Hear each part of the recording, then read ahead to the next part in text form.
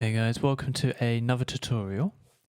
In this tutorial, I'm going to be explaining how you can apply all the CSGO skins on the weapons. This will not include any gloves, just be guns and knives. I'll be going over 3 different types of textures. I believe once you learn these 3, you can pretty much do all of them. So these are the 3 I have gone and chosen. So the first one, AK-47 Fuel Injector. Now if you have a look at it in the File Explorer, it's going to be all greyed out and dull. And this is what it looks like in Blender. Yeah, so we'll be learning how to fix that and applying that properly. The second one is going to be the Gamma Doppler on the butterfly knife. If we go on to CSGO Stash and we take a look at the butterfly knife Gamma Doppler, you can see it has all these variations, but we only have one image texture. So how do we get all these different colors? Plus, when we apply this image texture, as you can see, it goes all over the knife. So how do we stop this without using masks? The third thing we're going to do is we're going to look at the MP7 Impire. Now, if we look at this image texture, how the hell do you get it to look like this? After we have then worked that out, I have a little bonus tip, and this is how you can completely make your own variation of this texture super easily. Lastly, I've also made a folder with all the weapon skins in there, at least most of them. I haven't been able to find all of them, but I've got most of them from the game. It's free to download. It will come with the normal maps. It should come with most of the masks, and it will also come with stuff like the in-game wear and tear, the sort of grungy stuff you have on the weapons, all that sort of stuff. It's all free. Links can be found in the description, and it can also be found in my Discord. So let's get started. Okay, so the first thing we're going to do is we're going to delete everything in our scene. You can see at bottom left all the keys that I'm going to be pressing. The next thing we're going to want to do is we're going to import the models that we need. So the first one we're going to do is the AK-47 Fuel Injector. So we'll need the AK-47 model. If you don't have the AK-47 model and the required add-ons that you will need for this video, you can check out this video here. It will go over everything that you need in order to do this video. So we'll go to File, Import, Source Engine, and I've got AK-47 already lined up here. We're going to want the QC file, and we're going to remove, untick Import Animations and untick Create Collections, and we're going to import it. Once it has imported, just going to zoom out a little bit, and we're just going to click on the model of the AK. Down in the bottom left, we're going to go to Shader Editor. Next, we're going to click on Use Nodes. This is going to enable us to edit the material. The next thing we're going to do is we want to get our image texture. So what we can do, we can click Shift A, go to Search, type in image texture. Then we're going to click on Open. And we're going to find where our images are. So mine is in here. And I'm going to go to Rifles, AK-47. Now we want a Fuel Injector, and we've got Fuel Injector color. That's the one we want for now. We're going to click Open. And we're going to collect the color to the principled base color of the BSDF. Did that bit wrong? And we're going to go up to the view mode to viewport shading, and this will enable us to see our texture. And as you can see, it's not really colored properly. You can sort of see it, it's there, but it's a bit dull. So what you can do is I'm not entirely sure how it works, but there is information stored in the alpha. And when we connect the alpha channel into the subsurface color, as you can see, it brings out all this color that it has. So they've basically stored some information in the alpha channel, which in this case is the color. And we just need to connect those two up to bring it out essentially. So that solves that dullness that we had. The other thing that we had was a normal texture that we're going to apply. I'm going to do something slightly different. I'm going to go into File Explorer and I'm going to go to my resources again, into the same folder. And instead of making a new node every time, we can just click, drag and drop, and it's done. It's in there, nice, easy and simple. I don't think you need any add-on for that. I did try and find out if you need an add-on. I don't think you do, but you know how to do it if it doesn't work. Anyway, this is our normal texture, and normals don't use any color. So we're going to change it from the RGB and we're going to change it to non-color. We will then need to do Shift A, search, and we want to type in normal map. Once we've done that, we link the color to the color of this normal map, and we're going to link normal to normal. You may have not seen it happen straight away, but if we knock this down to 0, and I'm going to try and drag it up somewhat slowly, and hopefully you notice the difference. So as you drag it up, it basically becomes more 3D like. It might be more apparent if I do it faster. There we go. So I personally, depending where you view it from, I probably wouldn't go over like 2.8 maybe, just because you shouldn't really be doing close up shots with this resolution of texture. This one up here, the image texture, because you can see it's gonna be all blurred and stuff. But if we knock this down if we knock the normal strength down to 0, you can see what it actually does. It sort of distorts it and it makes this 3D look and creates sort of like shadows and stuff and highlights underneath things to make them pop out from afar. So if you are coming in close, you don't really want to see this sort of normal look. Anyway, but yeah, that's why I wouldn't go above like maybe 2 or 3, and it's dependent on every normal you use. That's not just like a general rule or anything. It's just from looking at it and just what I prefer. That's all it is for this texture.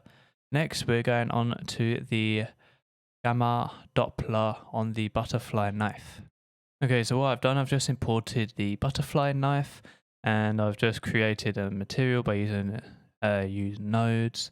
And now we're going to go to the Doppler image files, and there's two. I'm not really too sure what the difference is. I haven't tested them out much, but feel free to use whichever one you want. They're both there. They both pretty much look the same. One's a bit lighter, one looks a bit darker. Anyway, I'm going to drag and drop this Doppler in here. And before we connect it, let's look at all the different variations you can get on the Doppler. So here we have CSGO Stash. These guys have been really helpful whilst I've been making all these skins and getting them from the game files. Anyway, this is what it looks like. It's sort of like a green, and then the handle is like a grey, a tiny bit, yeah, just more like a dark grey, and it's got some like turquoisey sort of colour, some blue, dark blue colour. Now, if we go down, we have all these different, they call them phases, and just like skin variations essentially. As you can see, they've got all these different colours and even different handle colours.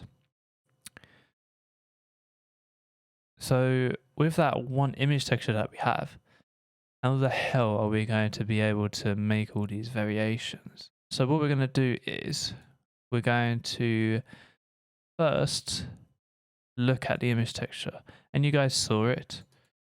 This is it, to be precise.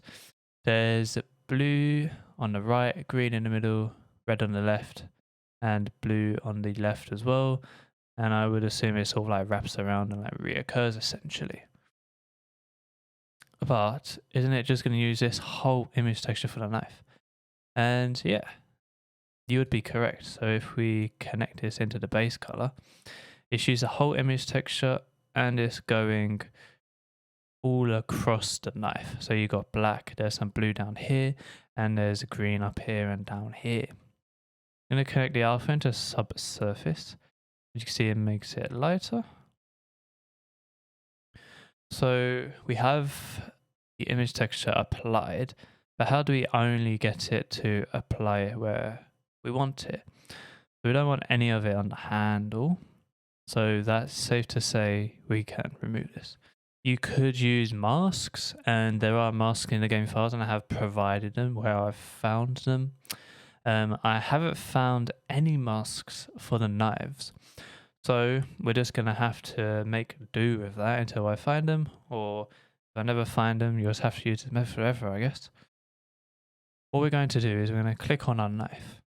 We're going to click tab to get into edit mode. Now, I'm just going to go into the viewport shading tab just to make this a little bit easier to see. So the first thing I'm going to do is let's remove the handle from this image. So we can do this by clicking on a vertex, and we can also click L, and it's going to select everything that's linked to it. As you can see, it's pretty much got the whole handle. Then I'm going to hold down Shift, click on another vertex, also click L, and it's going to do that for the bottom. And I'm just going to repeat this so we have the whole handle selected. I'm not going to be too picky with it. This is just to show you the technique, so it's not going to be perfect. But once we have this selected, what we can now do is use slots. So slots is basically just a way to have different materials for the same object. So what we're going to do is we're going to click add material slot, and this is going to add a material. We'll click new, and we're going to name it, or I will name it butterfly knife handle,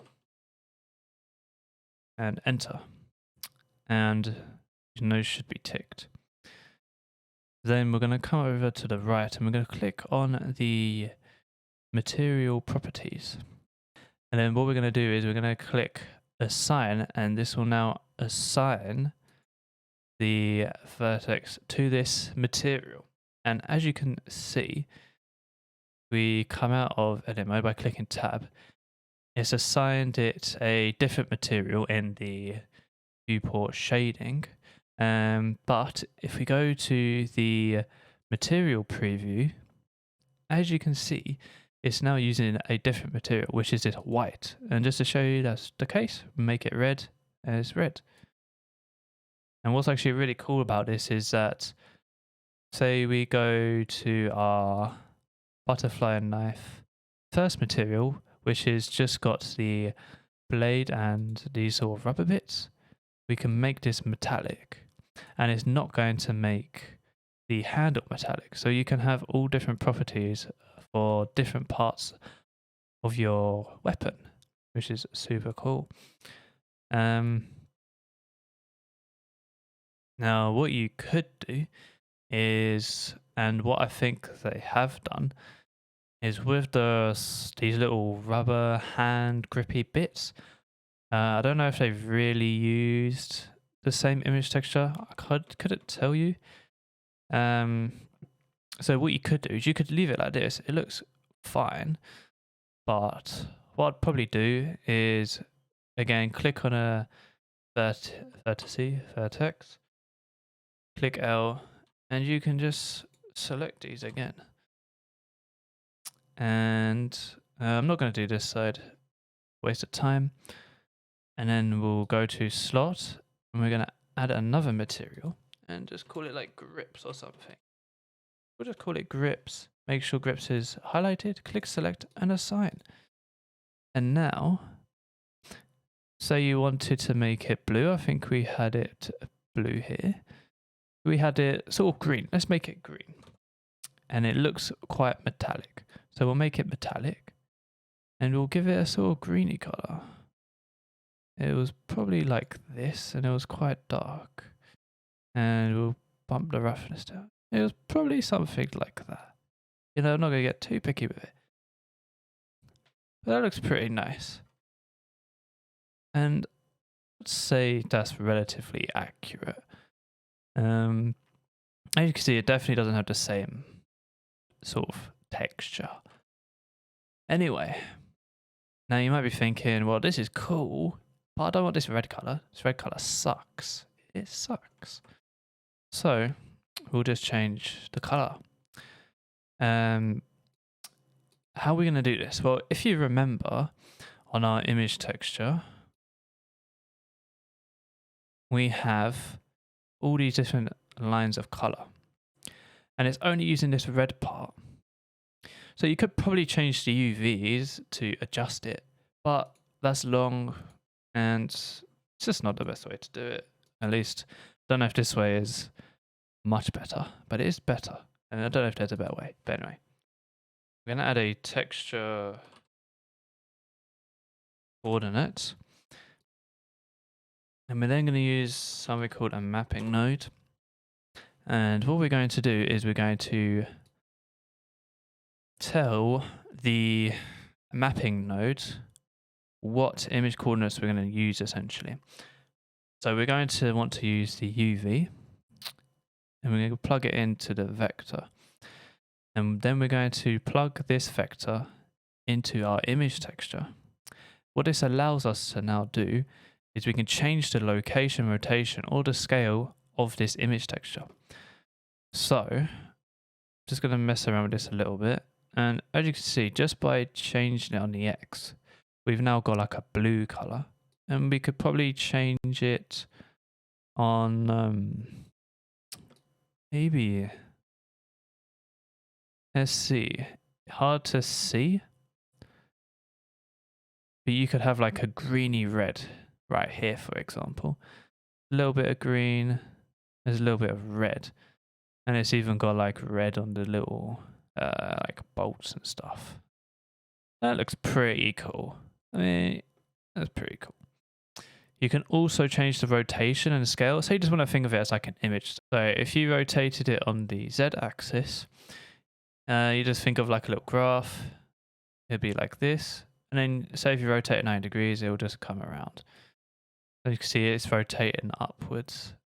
And you can have all these different combinations. Like here you have green, blue, red. And you could also do this with the scale. So you could make it thinner or longer or higher on the X. And sort of thinner and fatter on the Y. Basically, you just stretch it and not stretch it and all that. And that's basically it. I mean, it's going to be quite difficult to get an exact color. And you've even got like these weird brown and blue ones. I'm not entirely sure how that's been done, but that's as far as I got with it. This is the only image texture that I've seen to be used with this. I don't know how there is brown and stuff. You might be able to separate it with RG and B and change the colors. That could definitely be a possibility, but we're not going to get into that just yet. Okay, so for our final one, and probably my most favorite one to do in 3D, is going to be the MP7 Impire. I've already imported the MP7 and got the texture ready. So what we're going to do is we're going to look at the Impire texture. What the hell is this? How the hell are we going to apply this? This looks nothing like what we want. And this is the look that we're supposed to be going for. I mean, how? Well, we're going to do it right now. So what we're going to do is we're going to drag and drop Impire, and we're just going to sit it here for the moment. We could actually connect the color to the base color and just see how it looks. And as you can see, it's basically applied it as if it is just a normal image texture, which is fine. But that's not what we're going to want to do. And before we go any further, I want you guys to come to edit and preferences. And there's going to be an inbuilt add-on that we need, and it's going to be called Node Wrangler. And just give this a tick. It has a few cool features that we're going to be using right now, and this is going to make your life a lot easier. So some of you may have already guessed how we're going to add color to this image texture. If you notice, it's actually made up of red, green, and blue. So we've got red, R, blue, G, green, G. So in order to control each color, we're going to need to separate them into RGB. And we could do this in Blender with an RGB, not an RGB node, but with a separator RGB node. We'll connect the color into the color. Now, this is where Node Wrangler comes in, very helpful. We're going to hold down Control Shift and left click on our separate RGB node. And as you can see, it's changed it to a black and white image. Now, I don't know if you can guess, but everything in red is in white. So it's telling you, hey, see this mouth and these little fangs? This is a red color. And if we look, yep, the mouths and the fangs are red. And now if we hold down Control Shift and left click, it's now telling us, hey, the eyes are green, and maybe a little bit of their bodies. And yeah, would you look at that? The eyes are green. Now, you may be thinking, well, their bodies aren't green, they're clearly blue. Well, unless they're like basically 100% blue, there's always going to be a slight mix. So when we change the green, it will affect these bodies a little bit, but not as much as the ones that are pretty much pure white. They're not pure white, but they're like very white. And again, left Control Shift, and this is everything that's in blue. And you can see this is a lot more general. There's sort of blue in nearly everything, basically apart from the eyes. So what we're going to do is we're going to take every single channel, give it its own color, and then combine it together at the end. So what we're going to do is we're going to do a mix RGB node. With this mix RGB node, we're then going to change this to multiply. Now, this exact technique that I'm showing you is not going to be applicable for every single image texture that you need to separate into RG and B. It's best to just experiment. Sometimes you won't use multiply, sometimes you might use mix, for example. Just play around with it. But you'd be using roughly the same nodes. Maybe you could add a color ramp and some math nodes. It does depend. But this is the method that I'm just going to be showing you for now. What I'm going to do is I'm going to connect the green one into color 2. And I'm just going to shift click and left click. You can see it's all white. And let's say we want the eyes to be yellow. Let's make them yellow. We're going to change this to yellow. And now we're going to change the factor to 1. And what this does is I don't know if I'm correct in this, but it's basically, it's how much of one factor do you want? So you could either have it all yellow or just yellow where we've essentially split the RGB. So we want it all split where the RGB is. And obviously if you go 50%, it's 50% of both. It's like a mix. Why it goes to all yellow on the other side, I'm not too sure. Next, we're going to click on our separate RGB, Shift D to duplicate this, and we're also going to do Shift D to duplicate this. Then going to get the blue, and I'm going to connect into color 2, and make sure we have this color. Notice the image. And if I do Control Shift, just look at it, that's currently all yellow as well. So I'm going to make this a green. There we go. Now it's green. Now we're going to want to combine these two together. So I'm just going to Shift D, change this to mix. And I'm going to put this color into the first slot, this color into the second slot. And let's have a look what it looks like so far. Now you may be thinking, well, this is just green. We're going to need to change the factor now that we're mixing to 0.5.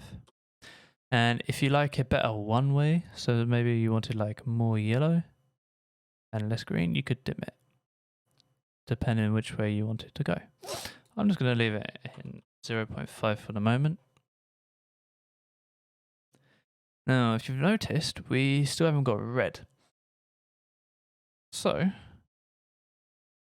going to duplicate this.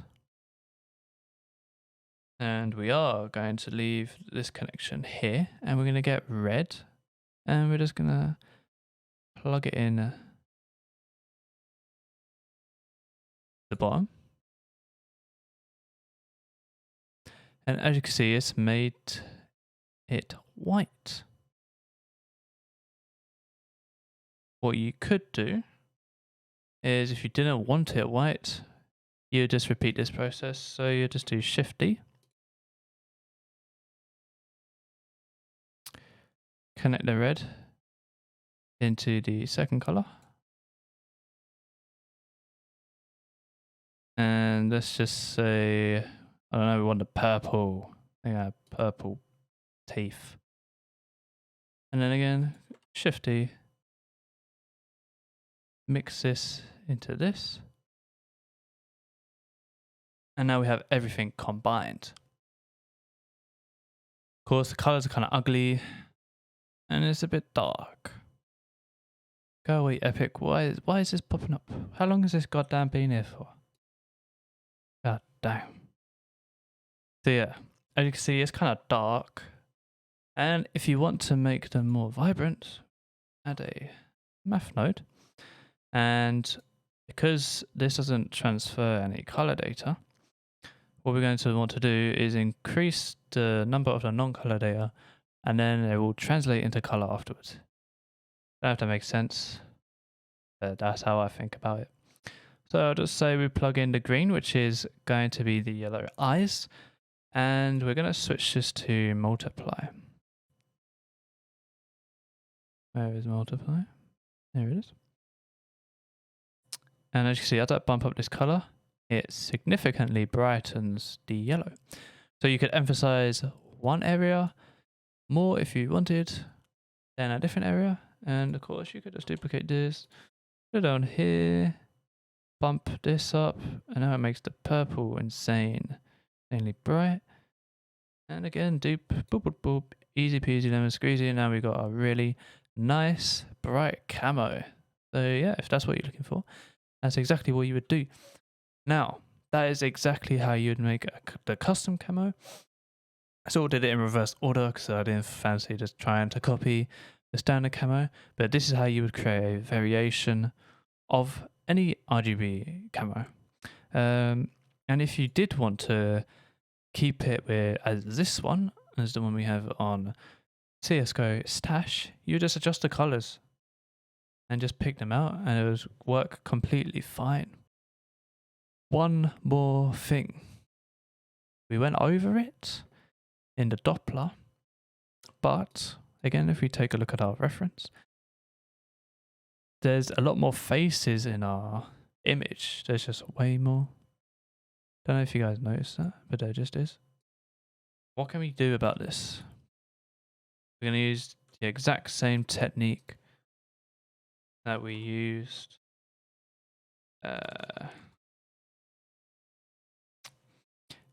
with the Doppler. We're going to run this through UVs. And this is just a matter of scale. So we're going to scale this. Oops, sorry. Keep on using Z, I don't know why. You just want to scale this uniformly. So increase the scale by 2. Increase the scale by 2 here, and bang. Now we have loads of the little gremlin looking things all over the place. And you just have to try and do your best to match it up. If you were going for a copy, you have to try and match it up. So you'd be like, oh yeah, there's like a face here, a little face here. And we're kind of close, I think. No, we're not. Yeah, that's basically what you do. I hope you guys have enjoyed this video. Please leave a like and a share and a subscribe and all that good stuff. If there's anything else you want me to cover, please leave it in the comments down below. Don't forget you can grab your skins for free in the description. They will also be in the Discord. We also revamped the Discord. It's a little bit nicer. It's easier to use, stuff like that. Feel free to join if you need any help. If you have any questions, please leave them in the comment section down below. Thank you for watching. See ya.